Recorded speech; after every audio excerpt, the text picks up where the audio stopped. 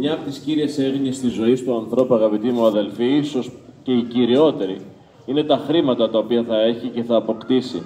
Και πώς θα διαχειριστεί αυτά τα χρήματα στη ζωή του, ώστε να περάσει δυνατόν καλύτερα, αλλά και ταυτόχρονα να εξασφαλίσει την κάλυψη των βασικών του αναγκών. Πολλές φορές των αναγκών που γίνονται επιθυμίες. Επιθυμίες οι οποίες δεν είναι απαραίτητο ότι θα έχουν να κάνουν με ανάγκες που είναι πραγματικές, αλλά ιδίως στην εποχή μας είναι ανάγκες που γίνονται τεχνητές. Τεχνητές οι οποίες ουσιαστικά κάνουν τον άνθρωπο να αισθάνεται ότι χωρίς χρήματα δεν μπορεί να είναι ευτυχισμένος. Γιατί εκεί είναι το μεγαλύτερο πρόβλημα της ζωής με αυτούς που ασχολούνται με τα χρήματα και έχουν τα χρήματα ως κέντρο και σκοπό και προτεραιότητα της ζωής τους. Ότι αν δεν έχω όσα μου χρειάζονται ή όσα νομίζω ότι μου χρειάζονται, πώς μπορώ να είμαι ευτυχισμένος. Και αυτό το βλέπουμε ότι περνάει ιδιαίτερο στη νεότερη γενιά, στα πλαίσια ενός πολιτισμού καταναλωτικού και καπιταλιστικού, τον οποίο τον ζούμε σήμερα ίσως στην πιο στιγνότερη μορφή του, αγαπητοί μου αδελφοί. Αυτό λοιπόν το ζήτημα των χρημάτων έρχεται ο Χριστός να το θίξει, συζητώντας με έναν πλούσιο άρχοντα, ο οποίος ίσως έχοντας μια έκλαμψη μέσα στη ζωή του λέει «Τι να κάνω για να κληρονομήσω την αιώνια ζωή». Προσέξτε, ο πλούσιος μιλά με όρους πάλι χρηματικούς, κληρονομιά, να λάβω δηλαδή, να κληρονομήσω. Δεν σημαίνει να κατακτήσω, να μου δώσει ο Θεός ή εν πάση περιπτώσει να κάνω πράγματα τα οποία θα με ωφελήσουν, ώστε απέναντι στο Θεό να μπορέσω να αισθανθώ ότι είμαι ίσος, όρθιος, να το πω έτσι, στέκομαι στα πόδια μου, αλλά κληρονομιά να είναι και αυτό, δηλαδή να τα πάρω όπως παίρνω άλλα αγαθά, άλλη περιουσία. Η βασιλεία των ουρανών, λέει ο πλούσιος, είναι μια περιουσία η οποία κληροδοτείται από γενεά σε γενεά, από άνθρωπο σε άνθρωπο και δεν είναι μια δωρεά ή δεν είναι, αν θέλετε, μια κατάκτηση που ο άνθρωπος κάνει μέσα στην πνευματική του εργασία και κυρίως μέσα στην οδό της αγάπης.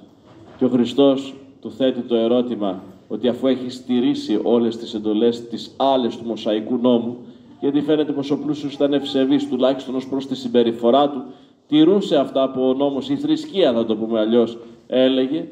Τον βλέπουμε τον Χριστό να του βάζει τα δύσκολα, σου λείπει ένα, να πας να πουλήσεις όσα έχεις, να μοιράσεις ό,τι θα πάρεις στους φτωχούς και να σηκωθείς να με ακολουθήσεις. Και τότε ο πλούσιος περίληπος, λέει, γένετο, γιατί ήταν πολύ πλούσιος και δεν μπορούσε ποτέ να παραδεχτεί ότι ο Χριστός θα του δίνε μια τέτοια προσταγή, μια τέτοια προτροπή, μια τέτοια εντολή για να μπορέσει να ακολουθήσει την οδό της Βασιλείας του Θεού.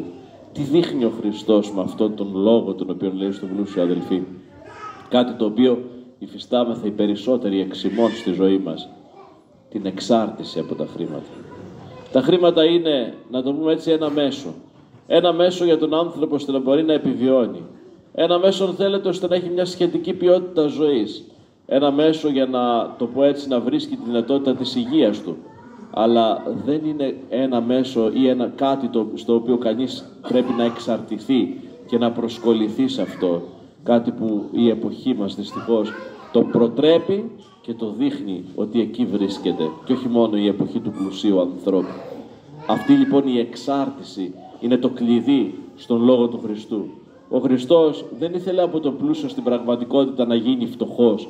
Δεν ήταν αυτό που τον ενδιέφερε. Ήθελε να του δείξει ότι είσαι τόσο εξαρτημένος από τα λεφτά σου και τα αγαθά σου, ώστε ακόμη και τη Βασιλεία του Θεού στην πραγματικότητα δεν την θέτεις ως προτεραιότητα στη ζωή σου, αλλά αυτό το οποίο θέλεις είναι να περάσεις καλά σε αυτήν εδώ τη ζωή και να τα βρεις και με τον Θεό, ώστε στην αιωνιότητα τουλάχιστον να μην χαθείς. Αλλά αυτό δεν μπορεί να γίνει όσο είσαι εξαρτημένος, λέει ο Χριστός, από τα αγαθά σου. Όσο δηλαδή δεν έχεις εμπιστοσύνη στο Θεό και την πρόνοιά Του, ο οποίος Θεός, αδελφοί, μας δίνει όσα πραγματικά μας χρειάζονται και ταυτόχρονα όσο δεν αισθάνεται ο άνθρωπος ότι τα αγαθά του δίδονται για να είναι διαχειριστής τους, τα αγαθά του δίδονται για να αγαπά, τα αγαθά του δίδονται για να μοιράζεται με τους ανθρώπους του αυτό το οποίο έχει και επέτρεψε ο Θεός να έχει. Υπάρχει μια ωραία φράση και θα ήθελα να τη σκεφτούμε. Πλούσιος εστί ο εν ολίγο αναπαυόμενος. Είναι πλούσιος αυτός ο οποίος αναπαύεται στα λίγα και όχι αυτός ο οποίος θέλει τα πολλά για να θεωρήσει τον εαυτό του ευτυχισμένο. Και ποια είναι αυτά τα λίγα, αδελφοί? Είναι η αγάπη, η σχέση με τον συνάνθρωπο. Είναι ο χρόνος που δαπανούμε για τα παιδιά μας και τα εγγόνια μας. Είναι ο χρόνος που αφιερώνουμε στον αδελφό μας είναι ο χρόνος και η διάθεσή μας να μην είμαστε μόνοι μας, αλλά να ζήσουμε μαζί με τον άλλον και αυτό που έχουμε να το μοιραστούμε, είτε είναι χρήματα, είτε είναι χαμόγελο, είτε είναι αγάπη, είτε είναι ένα πιάτο φαγητό, είτε οτιδήποτε άλλο, είτε λίγος χρόνος. Αυτό είναι που μας αναπαύει αληθινά. Γιατί βλέπετε ότι οι πλούσιοι στους καιρούς μας, όλοι αυτοί που κάνουν τη φασαρία και τον θόρυβο, στην πραγματικότητα είναι δυστυχισμένοι. Άλλοι είναι χωρισμένοι, παντρεύονται 2, 3, 4 φορές και ευτυχία δεν βρίσκουν. Άλλοι μαλώνουν για τα κληρονομικά τους. Άλλοι ζουν μια άστατη ζωή, αλλά σταθερότητα και αγάπη δεν μπορούν να βρούνε.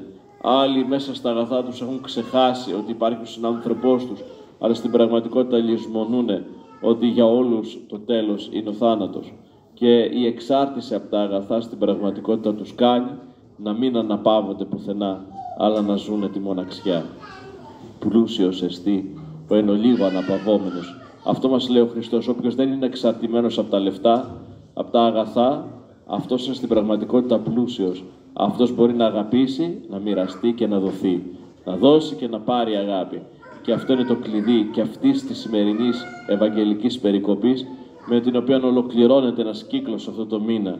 Είδαμε τον πλούσιο και τον Λάζαρο, αυτόν που δεν έβλεπε ότι στην πόρτα του έξω υπήρχε ένας φτωχός που είχε την ανάγκη του. Είδαμε τον άφρονα πλούσιο, αδελφοί, ο οποίος τα κρατούσε όλα για τον εαυτό του. Και βλέπουμε να κλείνει αυτός ο μήνας με τον πλούσιο άρχοντα, ο οποίος ήταν εξαρτημένος από τα αγαθά του. Θα λέγαμε σε μια αρρωστημένη σχέση. Αυτά ας τα σκεφτούμε, ας προβληματιστούμε και ας ακούσουμε τον Λόγο του Χριστού. Ότι αυτός που αναπαύεται στα λίγα και αγαπά, αυτός είναι αληθινά πλούσιος και σώζεται. Αμήν.